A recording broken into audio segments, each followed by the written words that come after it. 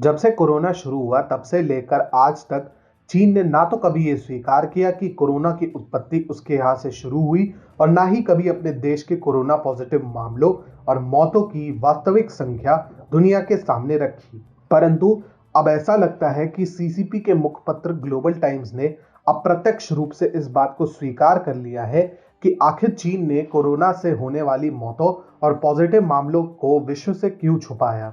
Global times के लेख से स्पष्ट होता कि चीन ने पश्चिमी देशों की कड़ी प्रतिक्रिया आने के डर से दुनिया के सामने सच को आने ही नहीं दिया। अपने एक संपादकीय में अमेरिका को निशाना बनाते हुए ग्लोबल टाइम्स ने एक लेख प्रकाशित किया और अमेरिका में हुए कोरोना के कारण मौतों पर सवाल करते हुए कहा कि क्या होगा अगर चीन में 3 लाख लोग कोरोना वायरस से मर गए होते और अमेरिका तथा अन्य पश्चिमी देशों में यह महामारी नियंत्रण में होती।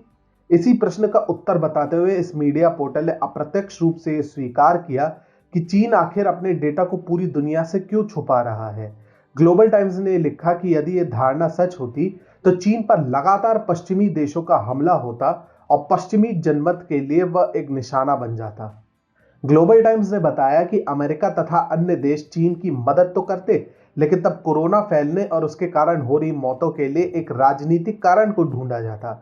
चीन में इतने बड़े पैमाने पर सार्वजनिक स्वास्थ्य संकट के राजनीतिक कारणों की और इसे फैलने से रोकने में चीन की असमर्थता पर कठोरता से जांच होती। अगर ऐसा होता तो पहला वे इस बात पर जोर देते कि ये चीन की एक बड़ी मानवीय आपदा है और वह भी प्राकृतिक आपदा नहीं बल्कि मानव निर्मित आपदा है।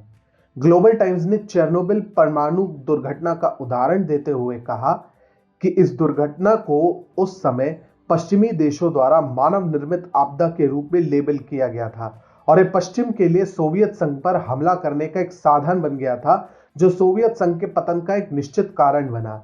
यदि कोरोना वायरस से चीन में 3 लाख लोग मारे जाते तो चीन पर पश्चिमी हमलों की तीव्रता कल्पना से परे होती।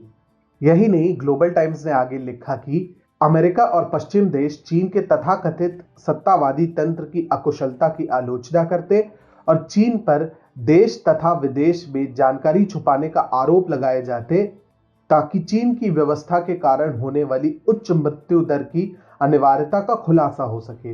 यदि 3 लाख चीनी लोग मारे गए होते तो पश्चिमी देशों का चीन पर आरोप किसी परमाणु विस्फोट की तरह होता। इस लेख में ग्लोबल टाइम्स ने जिस चपलता के साथ लिखा है और इसे कल्पना बताने की कोशिश की, कल्पना नहीं बल्कि सच का अनुभव है।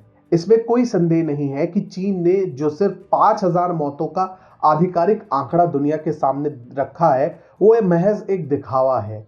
वास्तविक मौतों का आंकड़ा उससे कई गुना अधिक होने का अनुमान लगाया गया है।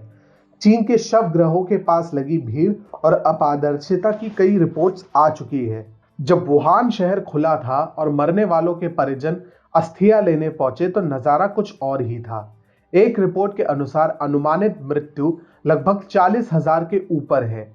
पश्चिमी देशों के हमले और सोवियत संघ की तरह टूटने के डर से ही अभी तक चीन ने पूरी तरह से अपारदर्शिता बनाई हुई है। चीन अपने इस लेख से यही समझाने की कोशिश कर रहा है कि वह अपने कोरोना वायरस से हुई मौतों की संख्या दुनिया से क्यों छुपा रहा है। उसे पता है कि अगर वह अपने वास्तविक आंकड़ों को बता देगा तो उसका हश्र क्या होगा।